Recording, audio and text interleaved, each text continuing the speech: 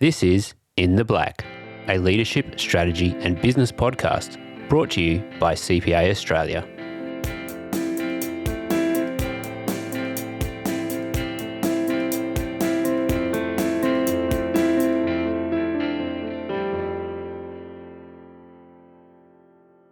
Hello and welcome to the In the Black Career Hack series. I'm Jessica Muddick.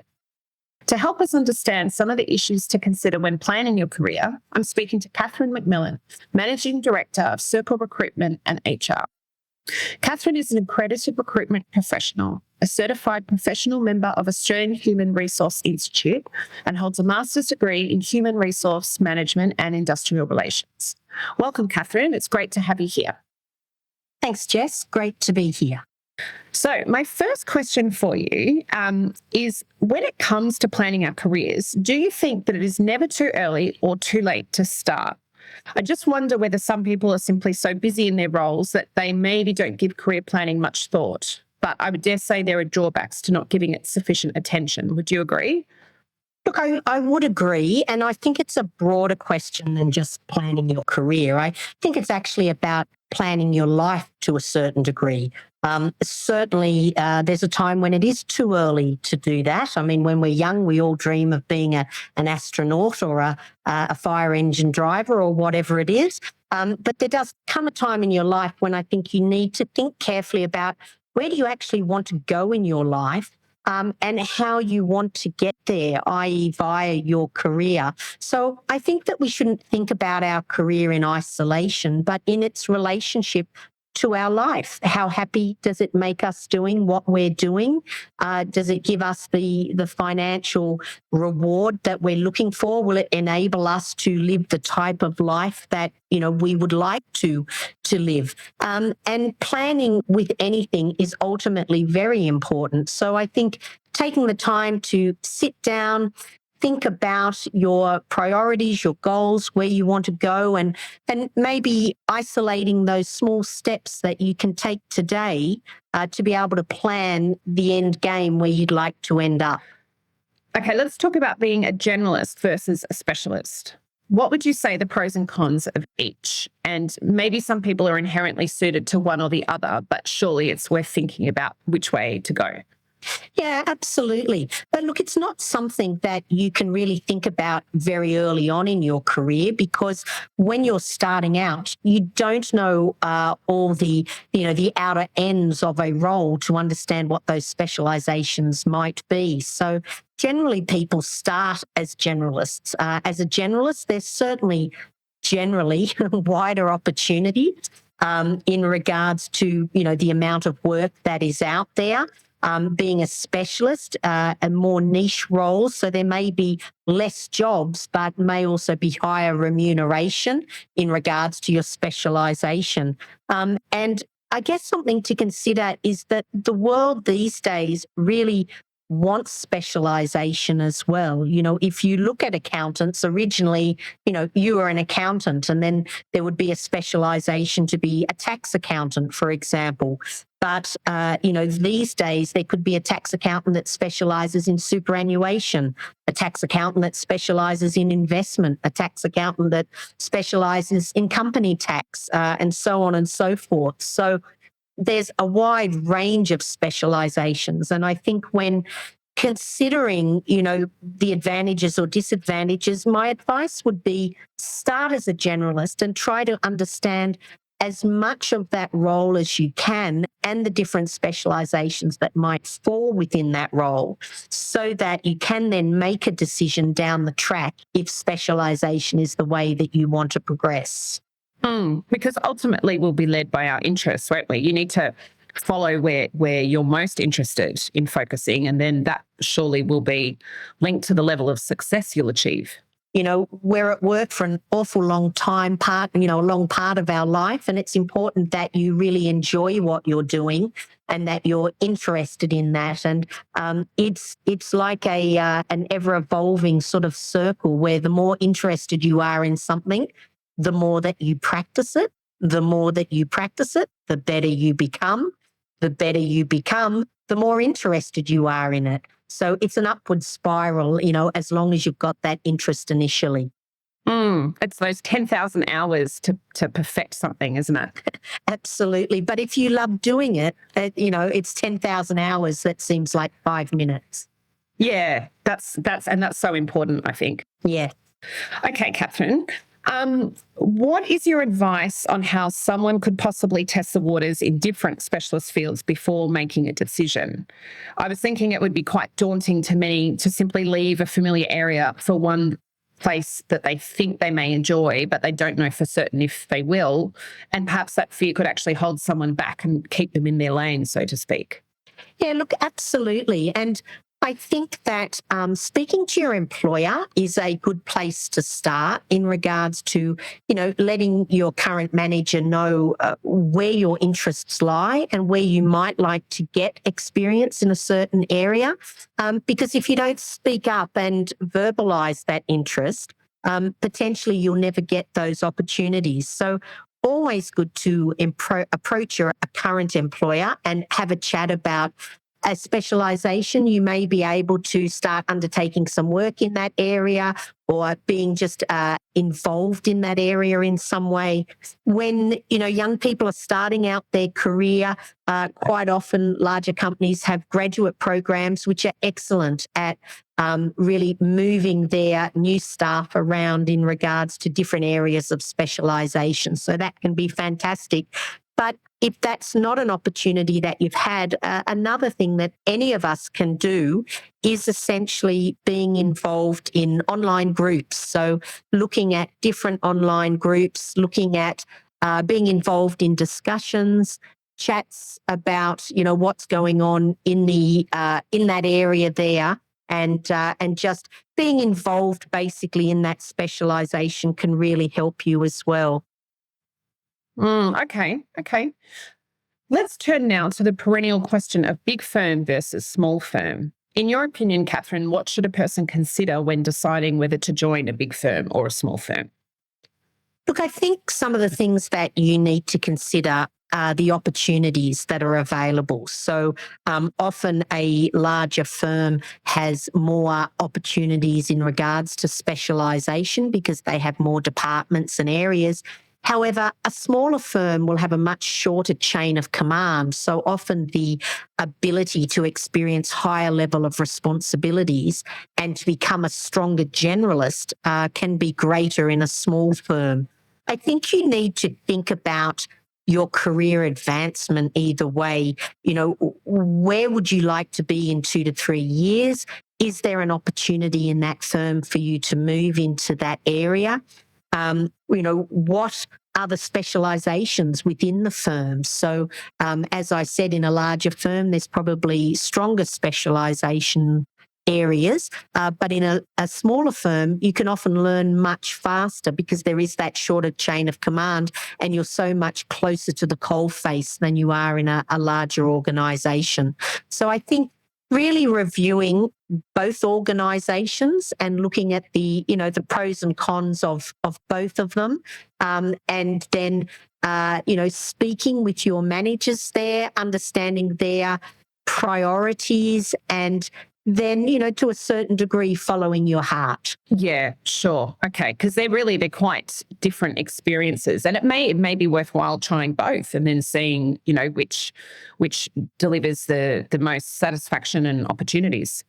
Yeah, absolutely. And it can often be a very good growth activity to move from either a large corporate to a smaller business or vice versa, because they're both very different beasts and they will give you very different skill sets as well. Catherine, what are your tips on how to work out your priorities and translate them into a career plan that will help you achieve them?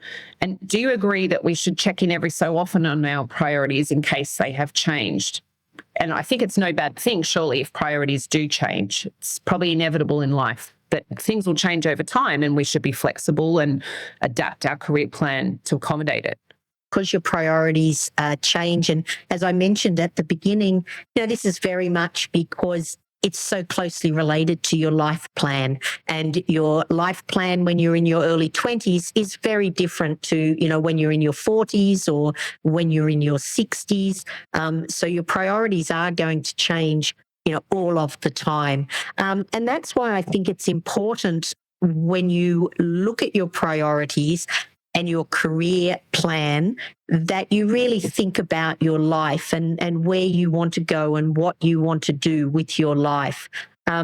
Money isn't everything. So sometimes following a career that perhaps doesn't give you as higher remuneration, but gives you an incredible intrinsic motivation because you love it so much and you're so happy doing that, is going to be 1,000 times more worthwhile than chasing the dollars for a role where, you're not happy. So I think happiness is something that you really need to consider very carefully. So I think it's a great idea to write down your priorities, much like you might write down your New Year's resolutions and then go back and have a look at them, in a couple of years to reassess. And then that will help you in regards to perhaps you can say, well, I did achieve that and I feel great about that, but now my priorities have changed. Now I want to, focus on this new path that I'm going down.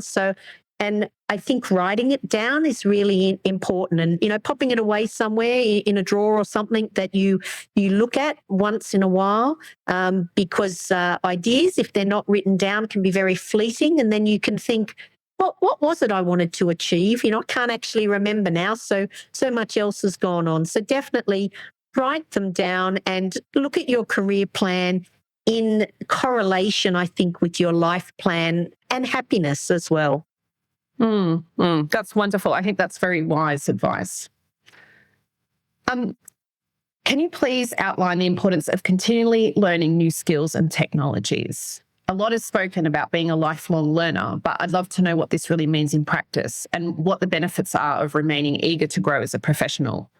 There's a wonderful saying, and I won't have the words correct, but it's something like, if you are not moving forward, you're essentially going backwards, even if you think you're just standing still.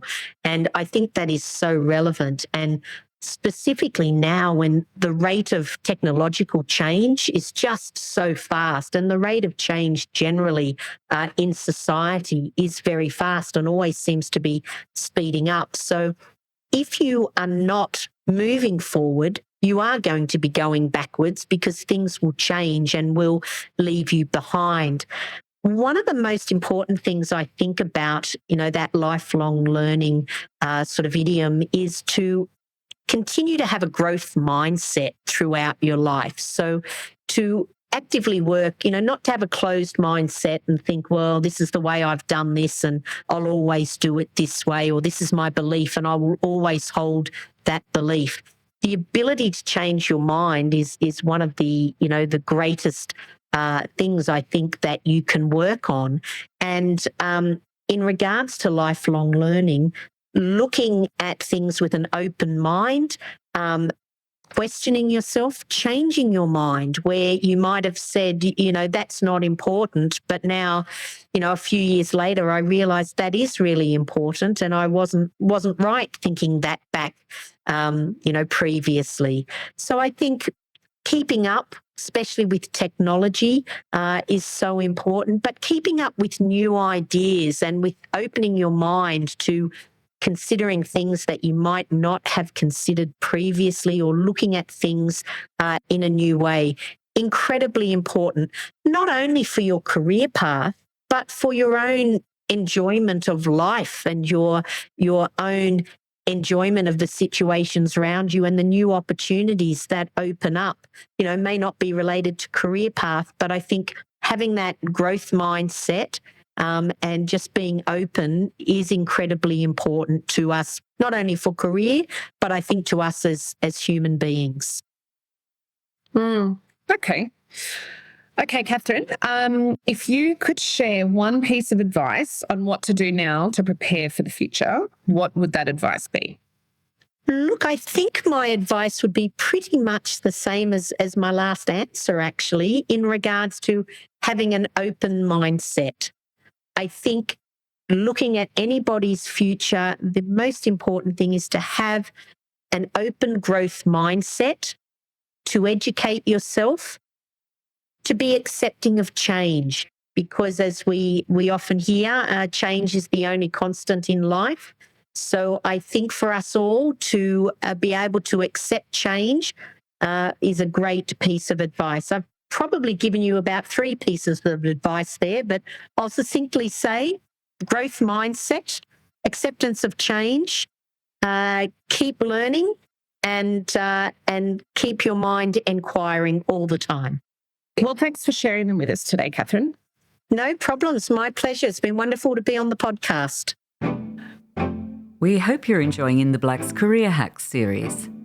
If you're interested in the latest news, analysis, policy updates, and business insights, you should check out CPA Australia's With Interest podcast. Join us as we dive into the news and delve into the business issues of the day. We talk to thought leaders from across the accounting, finance, strategy, economic, and business spectrum. And you get their expert opinions. Now, back to In the Black. To help us think about how to navigate any unexpected twists and turns in our careers, I'm speaking to David Simpson, who is the Managing Director of Melbourne HR and a former Navy officer who specialises in HR consulting and outsourcing to Australia's SME market. Welcome, David. It's great to have you here. Thank you for having me. It's great to be here. Okay, so my first question for you is concerning the fact that for many years, the traditional career trajectory has been up, climbing the corporate ladder one step at a time. But the pandemic has made many professionals recognise that up is no longer the only way and that there can be many benefits to a sideways move. You yourself made quite the sideways move from the Navy. What prompted that, and what did the experience teach you about having multiple careers? Sure. I mean, I think when I entered the Navy, I always had this idea in my head that I might do what's called a short career, which in my version was 9 years long. It's not that short, but I did do a degree in that time as well. And I would say that I always had this idea that I would consider my options, or I would always reassess my career. And I had that thought at a very young age. Based on absolutely zero knowledge and zero mentorship, I think I really just stumbled upon it. But it actually helped me a lot, because I do think that when you have a career over an extended period of time and you watch other people have their careers, you suddenly realize that that upward trajectory really only belongs in the large end of town. Anybody in the medium to small end of town will always have a zigzagging career, or 99% will have a zigzagging career. And that's actually really beneficial, because you can do a lot when you zigzag and take 2 sets of careers, or take different positions in other roles. A good example is, if there's a real concept of brand when it comes to employers. So when you put like a brand on your resume, maybe it's Microsoft, maybe you worked for Apple in Australia, or you worked for Mercedes-Benz or PricewaterhouseCoopers, there's this concept of a brand on a resume that has impact. And zigzagging can actually do some pretty wonderful things for you, because you can use that brand to give you a promotion in a less sexy employer, or a less sexy space. Maybe it's a large scale blinds retailer or something, right? Something that's not necessarily really particularly sexy, or you'd ever think about it. And you take up a position as a finance manager there, because they're looking for someone. They can't necessarily attract, experienced finance managers. So they're looking for, young hotshots to take that step up. And so that creates a zigzag effect, because you then go into that finance manager job, and then you go 2, 3, 4 years later, you apply for a finance manager at Apple Australia, right? So then you're using, in one way, you're zagging up and using a brand to provide you a promotion, and in the second step, you're zagging. I think that's the word we use. And we zag across to achieve the same position, but probably with a bit more money, and a bit more tenure and a sexier brand. And that concept of zigging and zagging, people do that all the time without probably even realizing it. There are probably people who zig and zag in their careers, and if you pull them up on it, they'd be like, wow, I've never even thought that that's what I was doing all these years, but actually they were. David, it sounds like there are some great benefits to the right sideways move. In what circumstances should a person consider one in your experience? Yeah, I mean, I touched on it earlier before, but I think that concept of zigging and zagging is key. They'll provide you first two reasons straight off. The one is, consider a sideways move if you think it results in a promotion. The second is you might look at an absolute lateral move, so no promotion, if you think that it gives you good positioning in your next role thereafter. So good positioning is where you take a role knowing that it could lead to something else. So you're kind of it's almost like in chess when you pre-position pieces. You're deciding to pre-position yourself in your career. And a lot of people do this by luck. They take a particular job because someone said, oh no, but there's going to be some great opportunity in a year or two, and they trust that person, and it comes good. And the opportunity comes good, right? But you can do it yourself. You can look at an organization or go, do you know what? I want to get into FMCG on the finance side. So I'm going to take that job with this supermarket, and I'm going to work with IGA or Aldi or wherever it is, and then after that I'm going to look at getting into agri export or something, right? Whatever it happens to be, but you can look at those moves as sequences. And I think, just touching on that when it comes to sideways, I mean, the obvious one, by the way, let's just, rip the Band-Aid off. The obvious one is you're bored. And you don't like what you're doing. And that's totally reasonable. If you are bored, if it doesn't work for you, look for something else. Do something about it. Absolutely. And if you're an auditor in any sized accounting firm, understand that being internal and external is vastly different. So, sitting there, I think there's two things here. Is that one, don't be afraid to take a risk, particularly early in your career. Early in your career is the time to take risks, right? Absolutely the time to take risks, because you can always go back. Do you know what I mean? And you lose a year or two, right? And it's nothing. That's peanuts in the grand scheme of things when it's the start of your career. And potentially you won't lose anything because they'll see the experience you had in the other place as valuable. So what I would say is that understand that just because an accountant in one place and an accountant in another place it is not the same. It's just not the same. And so finance is a really broad space, and you can be doing lots of different things in different organizations. And if you are working in a firm, and the firm side of things, then going internal is a great way to shake things up and to do something different. If you are looking at a sideways career, there's nothing really wrong with having a crack at something early in your career. I mean, you can do it anytime, but what I'm trying to convey is that it's easier at the early part of your career, and you just don't realize that when you're young. When you're young, you look at this and you're like, oh no, but 1 or 2 years is such a big deal, but actually it's kind of not. And also you can learn a heap by doing something different. Like it's never a waste of time.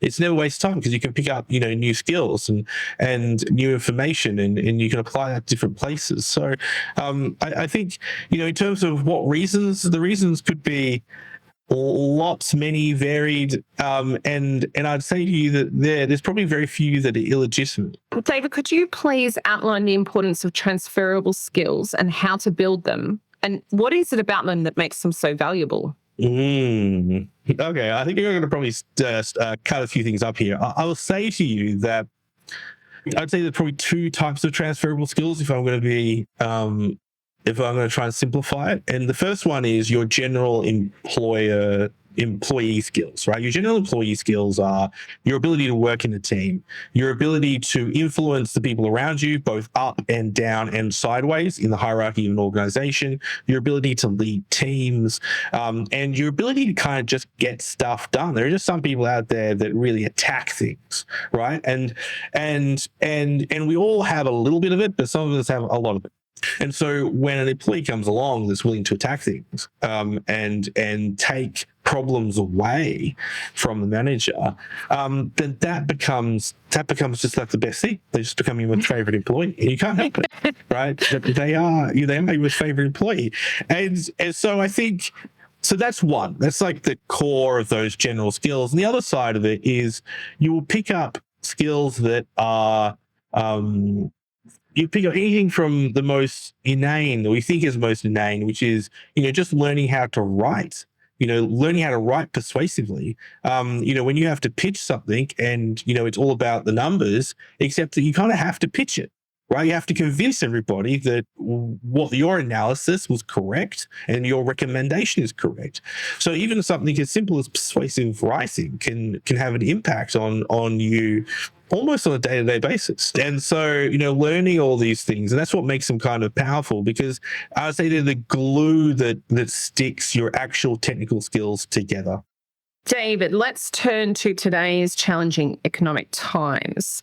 What would be your advice for navigating choppy career waters, such as redundancies or some other kind of career setback? I'm sure that it can be really overwhelming to face something like that. So any tips you might have on maintaining a healthy kind of outlook about the future would be good to have as well. If it gets you down, that's just fine, because you've just gone through something really difficult. And if you're sad about it and you're not, and it's hurting you, then that's just fine. And if it's hurting you a lot, then, definitely get some help. But I would say to you that, particularly if you have some experience up your belt, some experience, then I'd say that it's not that big a deal. What you do is you make sure you take your feelers out pretty wide. And set yourself a bit of a goal in terms of applying for roles, and particularly if you're in, this is for the finance sector. I mean, look really wide. I mean, there are people in the finance team in every company. There isn't a corner florist. Right. So, anything above that has a finance team. So, you cast it pretty wide, and also try and get yourself excited about something. Like if you'd always wanted to work in the automotive sector and you just got made redundant from, a medium-sized accounting firm, then look for some finance jobs in some automotive, brands, because that might be something exciting. And also, I think the big one is it's a good idea to apply for some promotions. Don't be down on yourself, but give yourself a mix. So make sure that you're applying for roles that are lateral, so that you can demonstrate your experience and say, hey, I've done this job and I can do it for you too. But also, look for some promotion opportunities as well. Don't short sell yourself. Make sure that if you're put in that position, you may as well look at high and medium. There's no lows here. Look at high and medium, and if you find yourself at home stewing, do something. There's lots of ways in which you can work where you don't get paid. Volunteer somewhere. Like don't let yourself stew. I think one of the problems that people have is once they start stewing at home, they sort of get into a tighter and tighter ball. So there's quite a big mental health component here. And applying for roles can be a bit of a marathon rather than a sprint.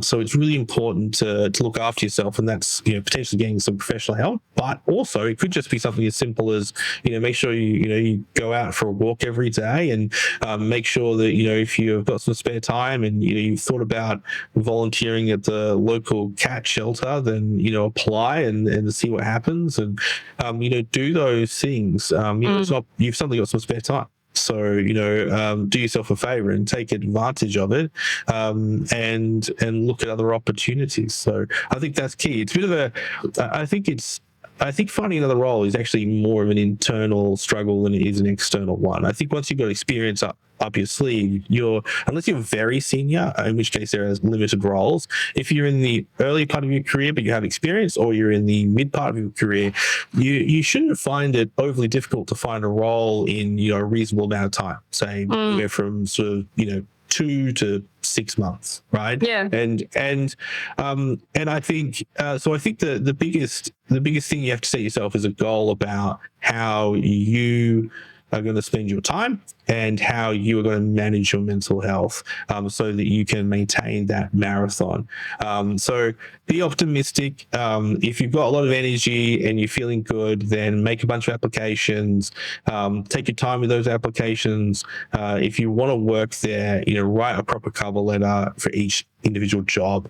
Don't just write the same rubbish that everybody else writes on the cover letter. Actually say, this is why I want the job. Like, just tell people why you want it. Don't tell generalist that I think I have the skills to do this job and blah, blah, blah.